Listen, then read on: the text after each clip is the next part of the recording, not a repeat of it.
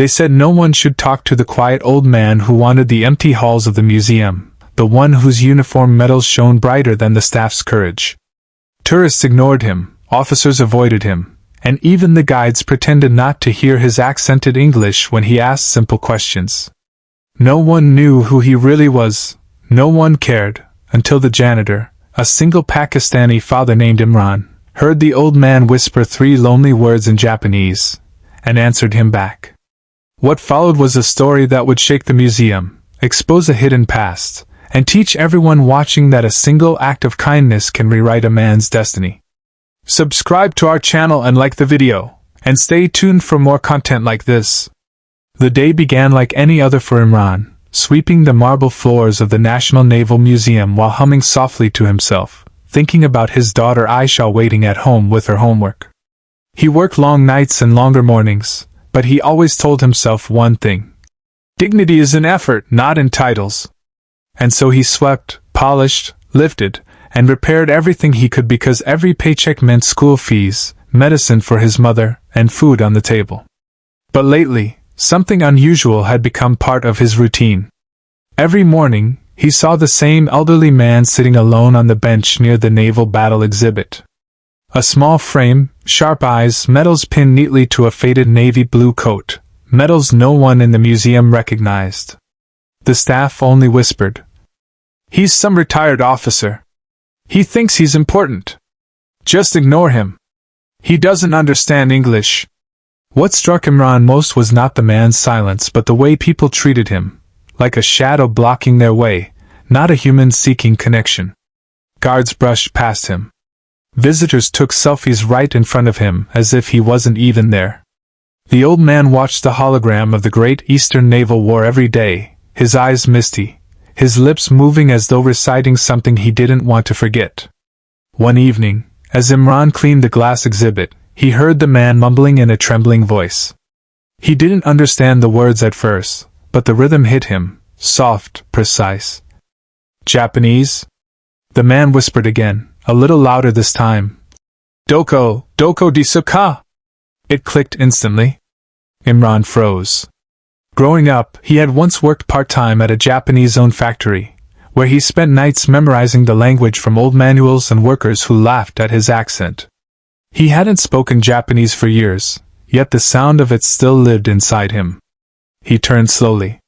"Sumimasen, nani o saga hidemasu ka?" "Excuse me, what are you searching for?" The old man lifted his head sharply, as if those words had pulled him from a deep ocean.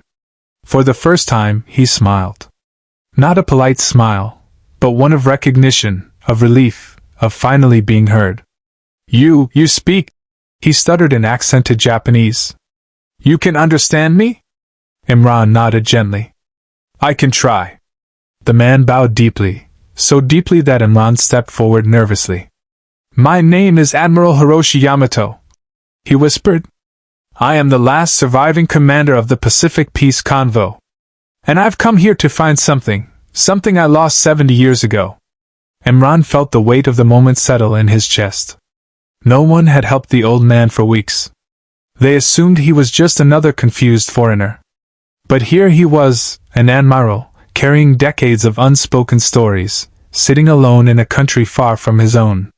That night, Imran stayed late, talking to him. Hiroshi told him about a secret wartime mission, a betrayal inside his command, and a final letter he sent to a man who never received it. That letter, he believed, was somewhere in this very museum, locked in an old collection delivered after the war. But no one listened to him long enough to help. Imran did. And that simple act would soon pull them both into a mystery buried under dust, pride, and forgotten history, one that neither of them was prepared for. For the next week, Imran became the Admiral's shadow, not as a janitor, but as a friend. He wheeled him through the archives, read out old naval logs, and translated conversations with staff who refused to slow down long enough to care. Still, resistance grew. "Why are you wasting time?" the guard snapped. "That old man is confused," said the curator. But Imran saw something in Hiroshi's trembling hands, in the way he stared at every rusted compass and faded map. This wasn't confusion, this was desperation. One night, after his shift ended, they finally found it, an old metal box, sealed with wax, labeled Recovered Naval Letters, 1945. Inside, buried beneath decades of dust, was a single unopened envelope, stained yellow with time. Hiroshi's breath hitched. "That's my handwriting." His hands shook so violently that Imran opened it for him. He unfolded the fragile paper slowly, as if touching history with bare fingertips. The letter was addressed to a Pakistani signal officer named Captain Suleiman Khan, a man Hiroshi had once saved during a naval collision. They had promised each other that after the war, they would meet again as brothers, not enemies. But the letter never reached him. Tears slid down Hiroshi's wrinkled cheeks as he whispered, "I came to apologize.